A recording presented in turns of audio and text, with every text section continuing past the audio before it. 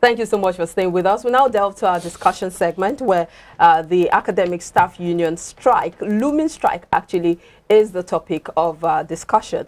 The Academic Staff Union of Universities has said its members in universities across the country would embark on another strike soon should the federal government fail to implement the Memorandum of Action it signed with the union last year. We know that this has been a recurring decimal, especially with ASUU. But the question is, has ASUU been able to achieve anything? Not just ASUU, the labor union, a lot of unions in Nigeria, have they been able to achieve anything with these industrial actions? And we have with us in the studio Dr. Dayo Kayode to enlighten us more on this issue. Thank you so much for staying with us, Dr. My pleasure. Dayo. My pleasure. Now, ASUU, being a union for universities, was established in 1978, but started these industrial actions from back then in 1988. And we've seen this continue over time. Do you think these industrial actions have been effective in tackling the issues that they have been clamoring for? To a very large extent, strike activities had not been achieving what it's supposed to achieve in Nigeria. Either ASUU, either NMA, either NLC, even MBA, none has been able to achieve what is supposed. Unlike in those days, the labor union of those days, during the days of Pa Umodu, all right, at that time, you have a labor that is one, visionary, astute, and their temerity can never be queried, unlike these days. You're saying there's a lot of compromise already in place. I don't want to use that word compromise. Okay? Selfish interest? Rather, not even selfish interest. Rather, lack of framework, proper framework to pursue what they are supposed to pursue. You're going to remember, I mentioned that issue of temerity as regards labor union of those days, the days of Papa Michael Umodu. Unlike now, the temerity is no more there. In fact, it even baffles me because this thing is coming from the academic that's supposed to know the essence of framework. Framework in terms of, okay, this thing has been happening in the past. Because when you are being made to lead a particular group, you're supposed to get a handover note, and then you read. So for you to know what has been happening in the past, and then for you to know, okay, this thing has been reoccurring. How do I resolve it now? Okay. Because government is always ahead of union, any union in this country. I don't know why they're lying. Let's take it from, the issue of recurrence. I mean, it's a recurring motive. There's virtually no Nigerian student who goes through the 4 years of a tertiary institution and doesn't, encounter a labor strike action from various, unions. 4 years, 4 years, sorry, to 7 years. Be it ASUU or ASUU or, there's always that strike action.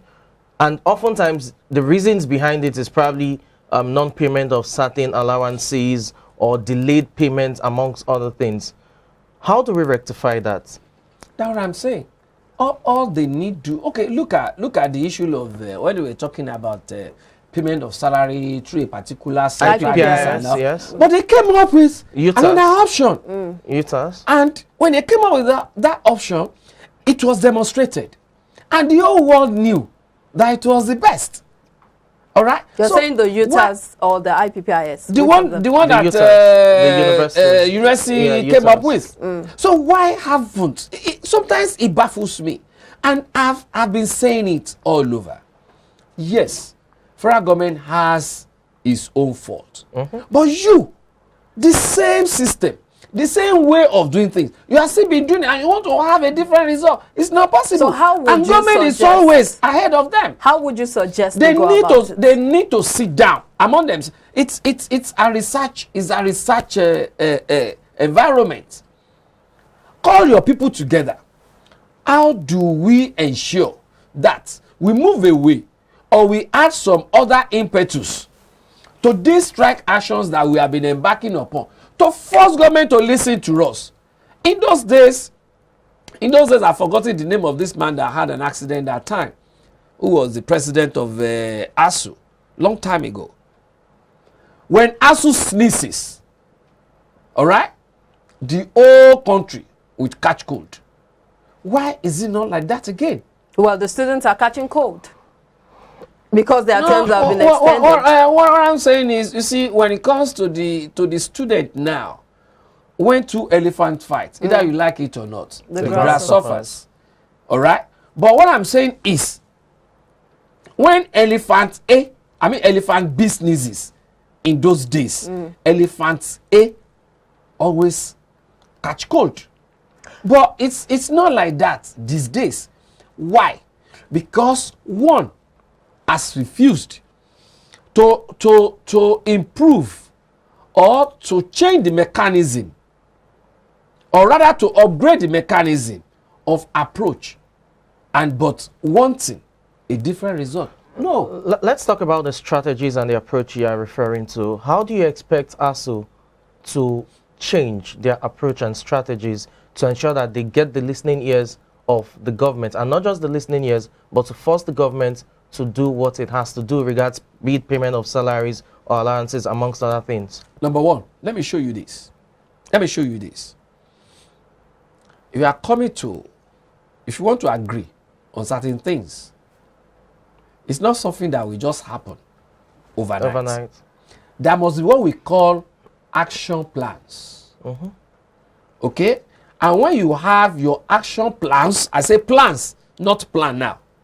That is different stages. You must also put timelines. All right? You put timelines. And you ensure that you follow all those timelines accordingly. The moment one is being cut off, then that means the bridge has been broken. Then you quickly look for how do you build that bridge. Because without number one, there's no way you can get to number two. And then you must be very, very stern in your approach. But the moment you just go and then you are laughing or you taking coffee or tea together, Some stakeholders Do you have understand? called for privatization, talking about making all the public universities private. Because when you look at the fact that a lot of the public office holders have their students, their children in the private universities or schooling abroad, and that they are not really affected by these strike actions and all that. And so they're saying that perhaps these public universities should be converted to private universities and then maybe subsidized in terms of the school fees. What do you think about that? If the federal government should decide to hands off Education, education, tertiary education. where do we put the clause of education in UNESCO, which we are also part of? But are we even fulfilling that clause? What I'm saying UNESCO, is- hold on, please. UNESCO says that we should give at least 15 to 20% of the budget to education. But so far, we've not gone past 10% in our Have we even budgetary reached- have we allocation. even got it to Yes, 10? we did 10% in 2011. One out of how many years? So what I'm saying in essence is this: even despite that, still look at what we are facing. That is one. Two, look at the private universities we have in Nigeria now. Look at how much they are charging. There are some of these churches that are even having private universities.